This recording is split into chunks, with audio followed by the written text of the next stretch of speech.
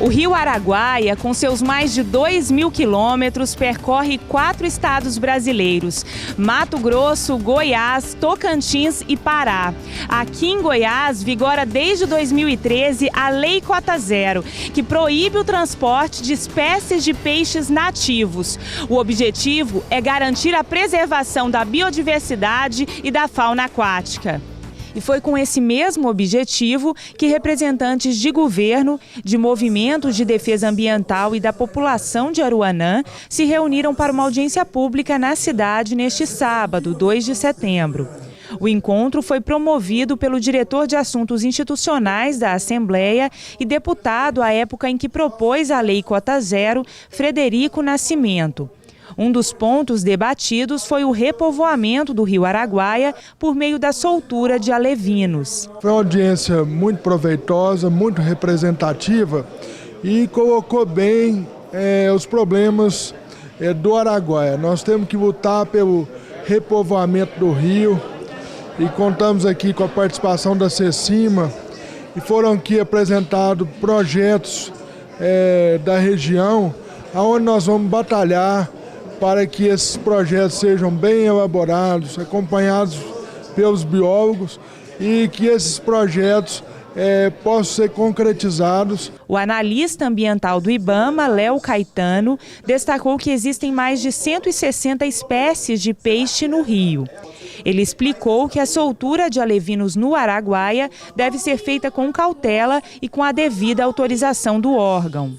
Para fazer a soltura é necessário comprovar que as espécies são da bacia, então precisa de uma autorização do IBAMA, no caso de rios federais, ou da Secretaria Estadual, nos casos dos rios estaduais. E essa autorização é feita pelo IBAMA. Apresenta um projeto do que quer soltar, a quantidade, ou como que produziu, como é que é a diversidade genética dessas matrizes, e aí a gente analisa e aprova ou não essa soltura desses animais. O analista ambiental do IBAMA falou ainda sobre outra medida fundamental para garantir o povoamento equilibrado do rio. O grande problema dos rios normalmente é a falta de alimento para os peixes, porque se há alimento para os insetos e para os peixes que comem insetos, para os peixes grandes que comem os peixes pequenos, se a gente tem disponibilidade farta de alimentos, naturalmente, os peixes se reproduzem muito. Então, os próprios peixes conseguem manter uma população adequada e natural no rio. A pesca não é o grande problema. O nosso grande problema para a quantidade de peixe é o desmatamento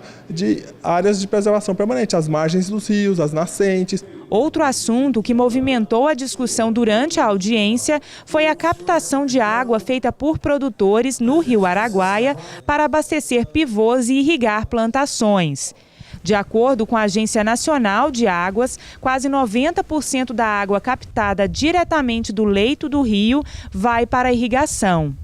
Para o prefeito de Aruanã, Hermano de Carvalho, as captações podem ser feitas desde que autorizadas. Então, quando essa água está passando em Aruanã, nos meses de dezembro, janeiro e fevereiro, ali sim pode ser captada essa água.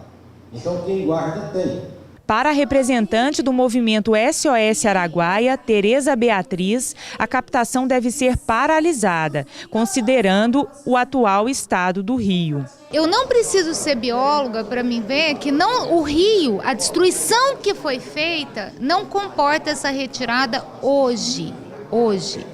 Os produtores querem plantar, busquem técnicas. Vão buscar técnicas, se aprimorem e tragam novidades para o trade deles, para o setor deles. A água do Araguaia hoje, com a destruição imposta, ela não tem condições. O diretor da Assembleia, Frederico Nascimento, afirmou que o assunto vai continuar sendo discutido para que se busque um entendimento junto a todos os envolvidos.